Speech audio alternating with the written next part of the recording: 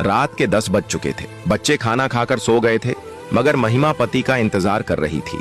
बाहर से घर के दरवाजे का कुंडा बजा, तब दौड़कर महिमा ने दरवाजा खोला।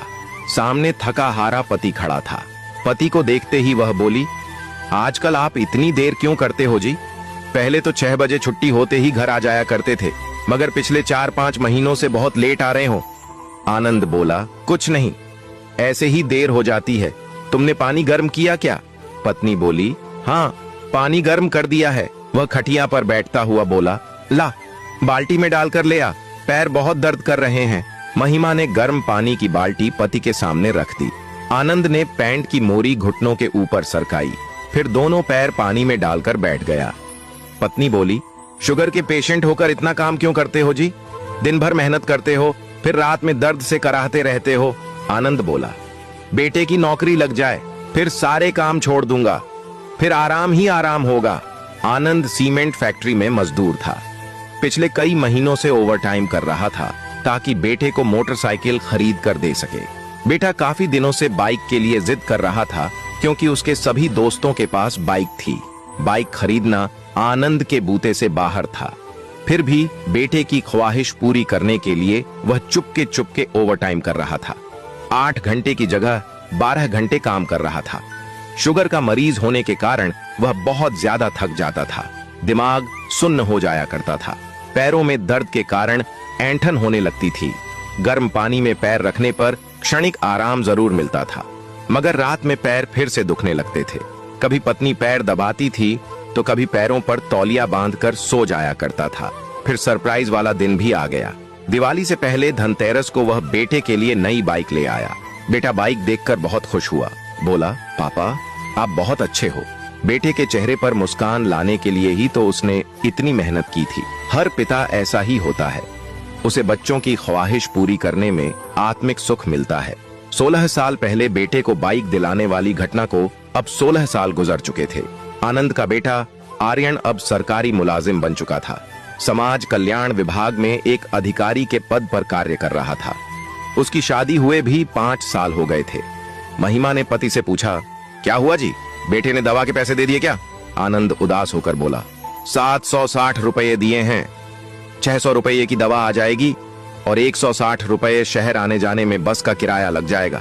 पत्नी गुस्से में बोली, 760 रुपये में क्या होगा? ऑटो का किराया भी लगेगा। दिन भर सफर करोगे तो खाने पीने के लिए भी पैसे चाहिए होते हैं जी, आप उससे और पैसे क्यों नहीं मांग लेते? आनंद ने कहा, ये पैसे भी उससे 10 बार मांगने के बाद दिए हैं। कहता है मैं परहेज नहीं करता, वरना शुगर कब की ठीक हो जाती। जानबूझकर फिजूल खर्च करवा रहा हूँ। बीच में एक लंबी सांस लेकर आनंद ने कहा, अब बेटे को मेरी दवाई के पैसे भी फिजूल के खर्चे लग रहे हैं। 4 दिन हो गए हैं दवा खत्म हुए। मेरी तबीयत बहुत खराब है, बस स्टॉप से पैदल नहीं चल पाऊंगा। तू अपने पास से ही कुछ पैसे दे दे।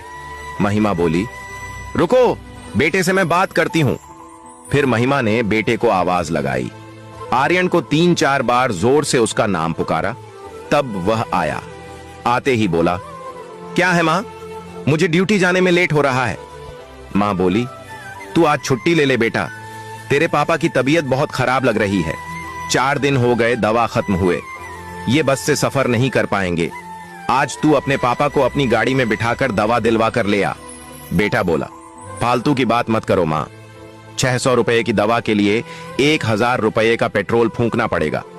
मैं ऐसी मूर्खता नहीं करने वाला, बेवजह 1 दिन की छुट्टी भी खराब हो जाएगी। इतना कहकर वह गाड़ी की चाबी लेकर बाहर निकल गया। महिमा कहती ही रह गई, बेटा इनकी तबीयत ज्यादा खराब है, बार बार पेशाब लगता है। बस वाला गाड़ी रोककर कितनी बार पेशाब करवाएगा। मगर बेटे ने सुना ही नहीं। वह गाड़ी स्टार्ट करके ड्यूटी पर निकल गया। महिमा अंदर कमरे में गई। उसके पास ज्यादा पैसे नहीं थे, 50 से 60 रुपये के चिल्लर थे। वह चिल्लर पति को देते हुए बोली, मेरे पास तो इतने ही पैसे हैं जी, ले जाओ, ऑटो के किराए में काम आ जाएंगे। ये कहते हुए महिमा की आंखों में आंसू आ गए थे। आनंद बोला, क्या हुआ, क्यों रो रही है? महिमा बोली, नहीं जी, आंख में कुछ गिर गया था। बेटे की नौकरी लग जाने के बाद जो सपने देखे थे वो तो कब के टूट गए जी, क्योंकि बेटा अपने और अपनी पत्नी के सपने पूरे करने में लगा है। हमें तो उसने बीता हुआ समझ लिया है। अब तो लगता है हम बोझ बन गए हैं जी, आनंद बोला। दिल छोटा मत कर, वह हमें रोटी तो दे रहा है ना। इतना कहकर वह बस स्टैंड के लिए निकल पड़ा। दवा लानी बहुत जरूरी थी। सालों से वह एक ही तरह की दवा ले रहा था। पहले वह मेहनत भी करता था, इस कारण शुगर लेवल ज्यादा नहीं बढ़ पाता था, मगर अब घर पर पड़े रहने के कारण उसकी हालत दिन ब दिन खराब हो रही थी। बेटे के पास उसे डॉक्टर को दिखाने का भी वक्त नहीं था। पिछले 4 दिनों से आनंद को बहुत कम दिखाई देने लगा था। नेत्र ज्योति चश्मा लगाने के बाद भी निम्न स्तर पर पहुंच चुकी थी। वजन घटकर आधा रह गया था। शरीर में खुजली रहने लगी थी। टखने के पास का घाव गहरा हो गया था। बस स्टैंड तक पहुंचने में ही आनंद ने 4 बार पेशाब किया। बस में बैठने के बाद भी यही सिलसिला जारी रहा। बस 10 किलोमीटर भी नहीं चलती उससे पहले ही वह चिल्लाने लगता, गाड़ी रोको, पेशाब करना है।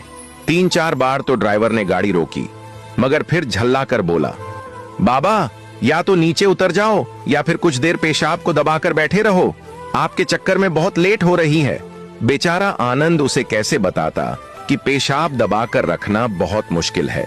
फिर भी वह हिम्मत करके बैठा रहा और सीट से पीठ लगाकर सोने की कोशिश करने लगा। फिर ऐसा लगा जैसे उसे नींद आ गई है, क्योंकि आधे रास्ते के बाद उसने पेशाब करने के लिए गाड़ी नहीं रुकवाई थी।